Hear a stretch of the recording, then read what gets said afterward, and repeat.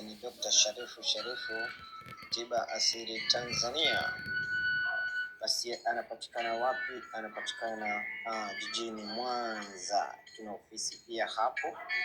Pia tuna ofisi nyingine nchini Kenya, maeneo ya Nakuru pale stage. Tuna ofisi nchini Kenya maeneo ya Nakuru stage. Basi pia tuko na ofisi moja Dar es Salaam.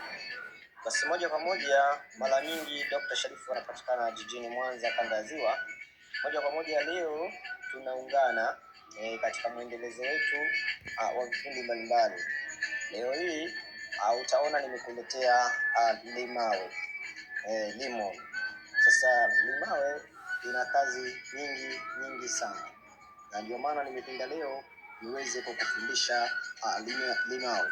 Lakini katika vipindi vyangu vya nyuma nishazungumzia namna ya kutumia limawe kumuona mchawi, mwanga.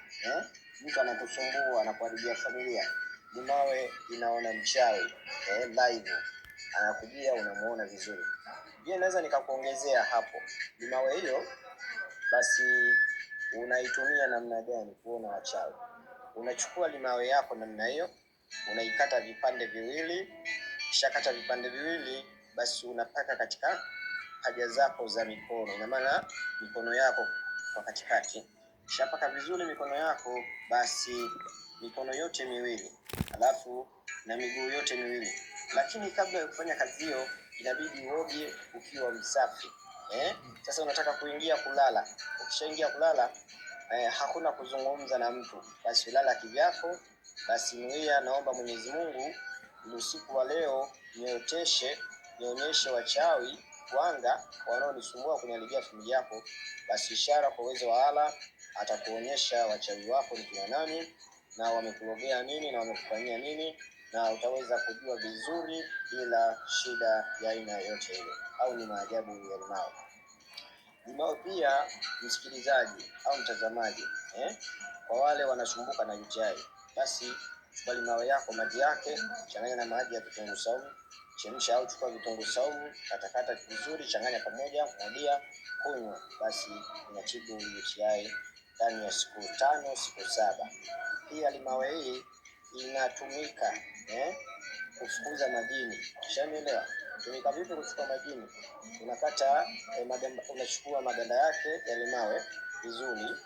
Ukishachukua maganda ya limawe, basi unakuwa unamvusha na kitunguu saumu mtu mwenye majini au majini mahaba, basi inafukuza haraka sana. Pia limawe hii ni nzuri sana. Limawe hii ukitaka kuona mambo, mfano umeenda katika watu wanafanya mazingombo, unataka kujua siri zao zaidi, basi chukua limawe yako vizuri, ichomeka huku sindano na huku sindano kama 3 hivi, limawe zile ndogo ndogo. Basi nuia unapotaka, na ile sindano nyingine inakuja upande mwingine, basi weka mfukoni hapo kwenye kitambaa cheusi, utaona kila kitu.